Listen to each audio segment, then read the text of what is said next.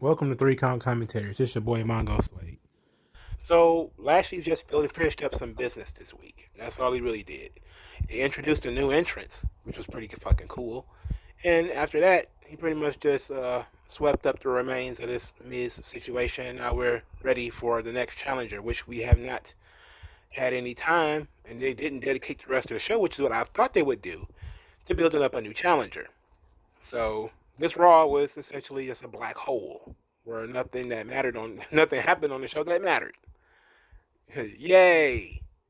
My favorite episodes of Raw are the ones that don't matter. All right, so let's talk about Lashley first. Okay, so we started off the show with Lashley talking and basically how he's finally happy, and he went through a lot. 16 long hard years. Talk about of all sorts of things that would have broken a normal man, but seeing other people get opportunities that he should have gotten, the backstage politics, busting his ass in the gym. Now he's finally the man. Almighty era has begun, and he was set up to face the Miz tonight. So I enjoyed this, not just as a Lashley fan, but here's the question that comes with the whole Lashley thing, as far as what this is concerned, and then also his entrance. They're really kind of building him as a babyface. He's essentially Black Superman. If you see the entrance, if you see the entrance on Raw, where it got the lightning, and then it's the pyro, and then it's like a video package, like a Tron of him just like destroying Riddle and Slapjack and a bunch of other people. And then he just comes out. It made it seem like he's like a human hurricane. Like he's not going to get booed. He's not going to get booed. That's a babyface entrance. Okay? You think that this guy, is a killing machine. There's no reason to boo him. He doesn't need to cheat. So what are you booing him for? Now, they tried to put some heat on him later. I'm going to talk about that in a minute. Actually, there's not much to talk about when it comes to the Miz match. I do want to talk about Miz's promo. But there wasn't much to talk about when it comes to the Miz's match. There was no chance of the Miz winning. There was no chance of the Miz winning. I saw a lot of people that was kind of upset about it, though. We'll talk about that in a minute. But there was no chance of the Miz winning. So, but they didn't put any effort in. What are you going to boo him for? What are you going to hate him for? This guy who sat back and had all this time, all in 16 years, to tell somebody that's a long time to finally get where you probably should have gotten 15, 16 years ago. Okay. And people have seen him go through a lot. It does feel earned. That's something I saw Big E talking about. He's talking about he want whatever he gets, however his run it ends. He wants people to feel like it's been earned. And he says sometimes when you debut somebody in NXT and you throw them in the main event immediately, it doesn't feel like they've earned that spot. And that's kind of how they end up getting rejected. And I immediately thought about Roman Reigns in that position. When Roman's fresh out of the Shield, he didn't go through a mid-card stage. He kind of went straight to the main event. Now, to be fair, Seth Rollins kind of did too, but they did Rollins a little bit differently with the whole Money in the Bank thing, and then being a stooge for the McMahons and all that type of stuff. So he wasn't like rocketed to the main event like Roman was, but you kind of had that position where people were kind of like, they were the Golden Boys. That's why that's why everybody favored Dean Ambrose, right? Because he was kind of the one that wasn't the Golden Boy. They say, oh, Roman's the guy, besides CM Punk had already pulled back the curtain on that one about, oh, Roman's going to be the guy. And Seth was the guy too, the co-guy, I guess you could say. But nobody was like, Dean Ambrose is just going to be the guy that's going to be on our roster. So people started to galvanize around him like he was the best one of the bunch. And so when he finally made it, people were on board, even though he ended up having the worst run with the title than either one of them. Even Roman, when they was booing him, he had a decent to good run with the belt. Dean Ambrose didn't. He had one run and it was trash. Okay. But feeling the idea of it feeling earned, like you've been through a lot, you've struggled. People look at that as an inspirational story. That's not a heel story.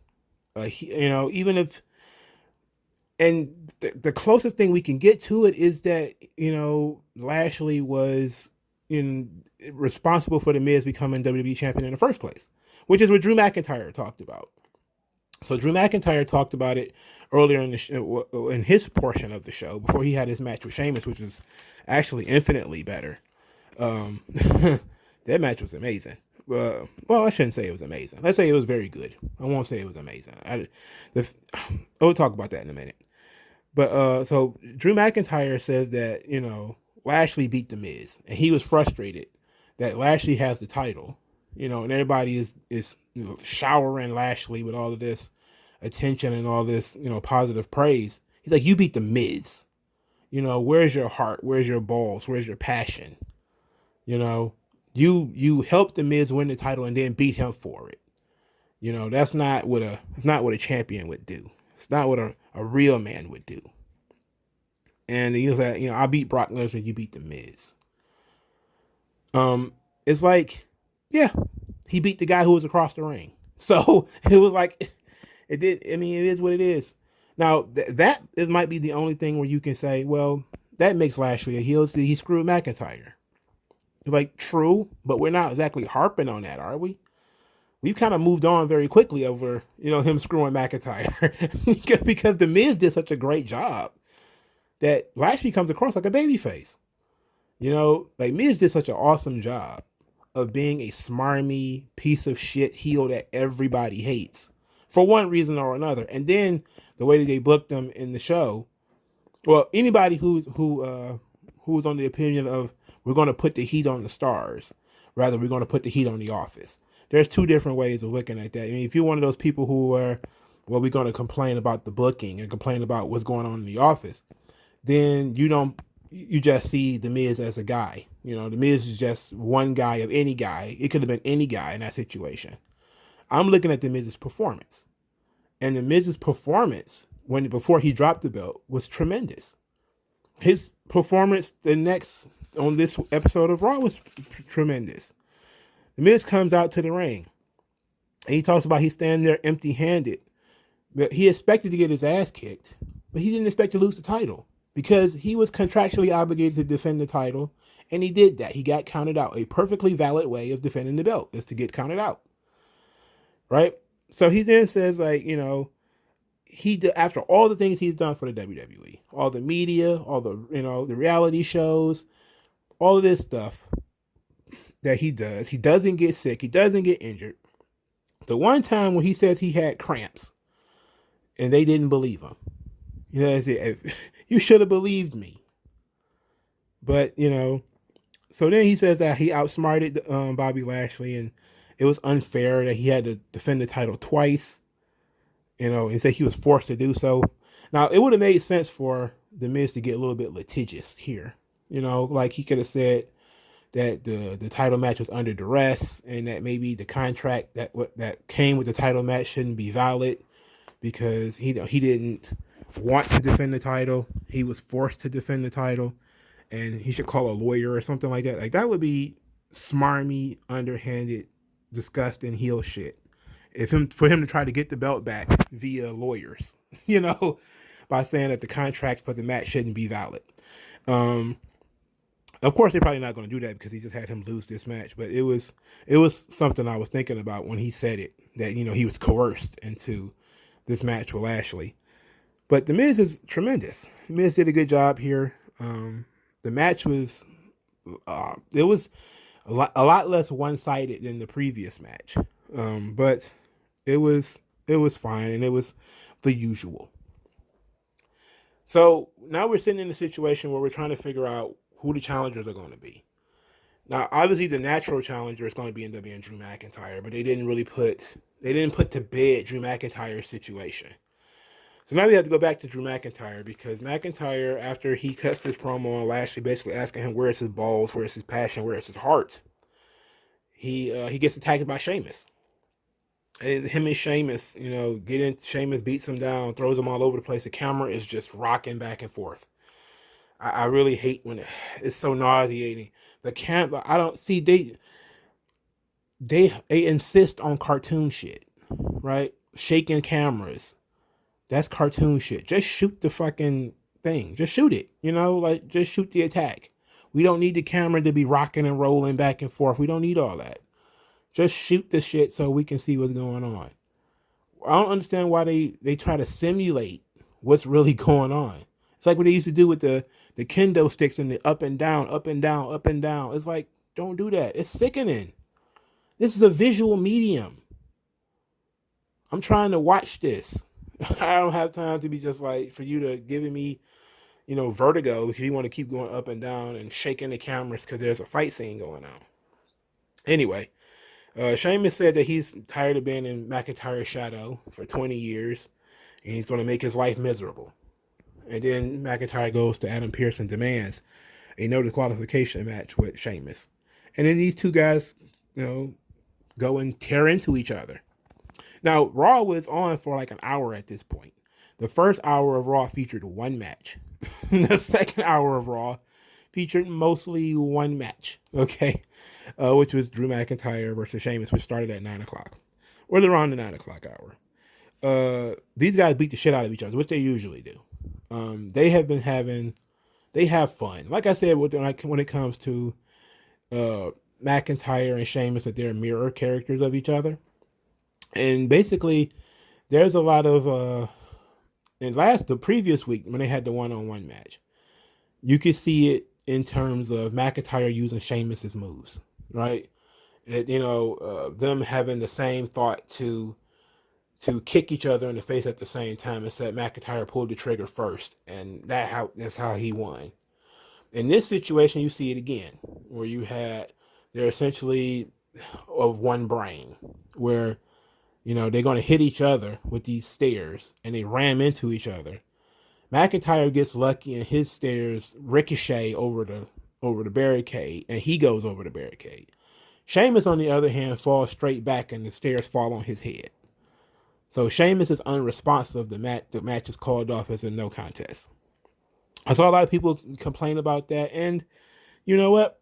They're probably right to do so. But the finish made sense because, again, we're looking at a situation where these two guys are so similar, and archetypically they're the same character. They're both warriors.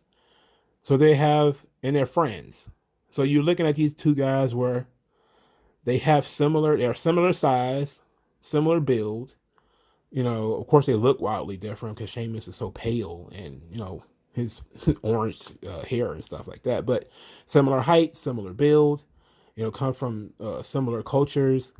And, they both have similar mindset and they both have kick finishers. There's so many similarities between the two that, them two wanting to smash into each other, it almost seems like it's poetic in a way. So while it wasn't a satisfying finish, and I wasn't thrilled about it, wasn't the happiest person in the world with the finish, I thought the match itself was very good. I probably was being hyperbolic earlier by saying it was amazing. It rocked for sure. It was very good. So the question that we have now is, how do we get to McIntyre and Lashley when Sheamus won't go away? That means that we have to have a third Sheamus and Lashley match.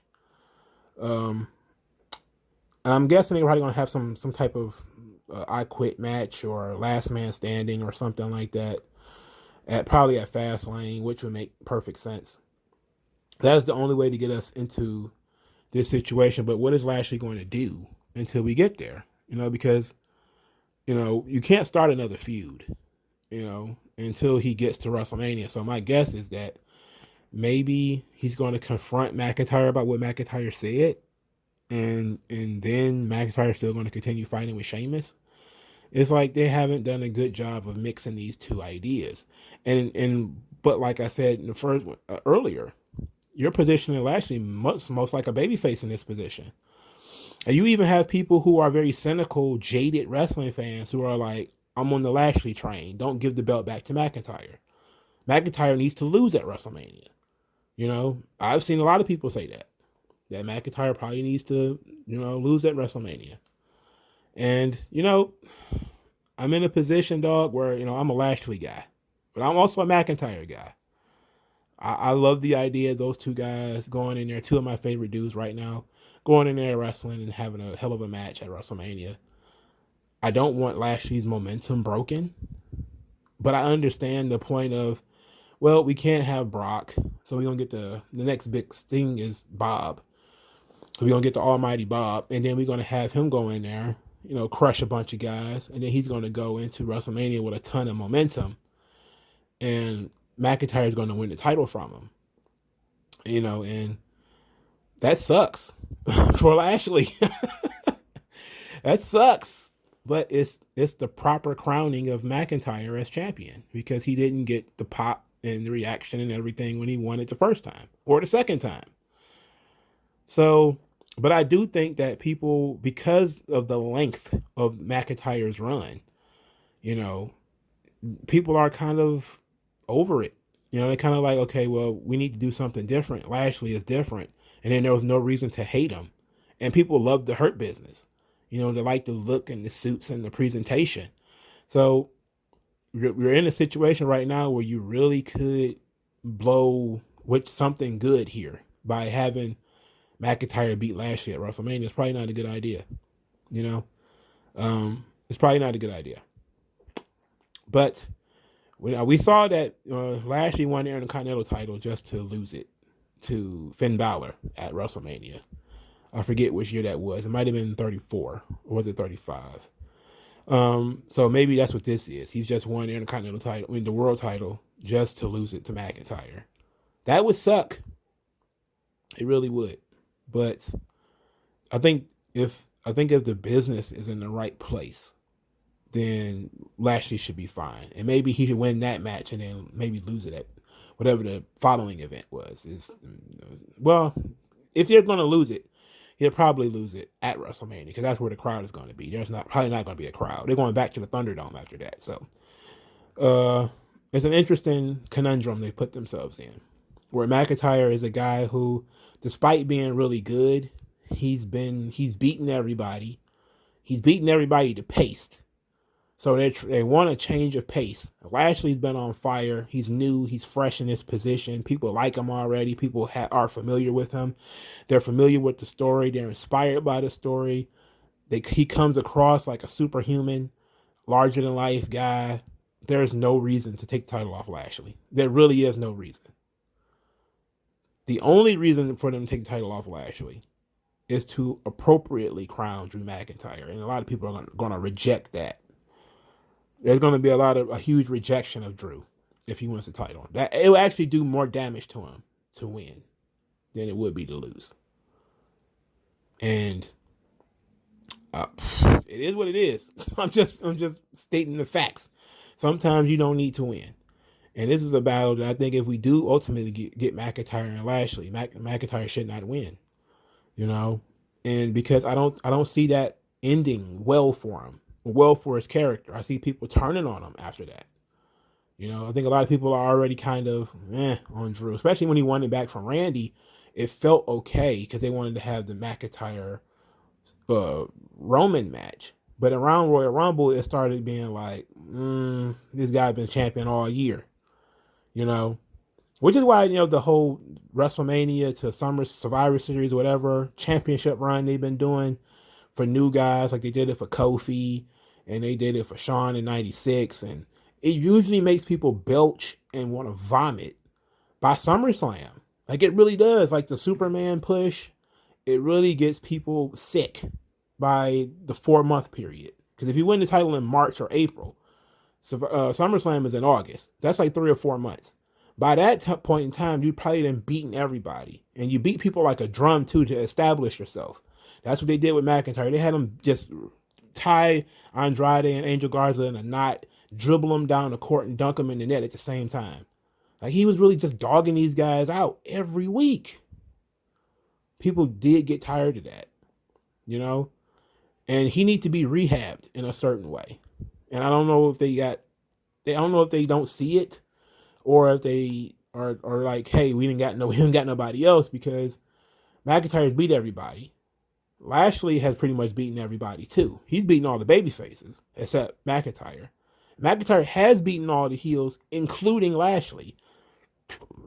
But this is probably the biggest match that you could put together.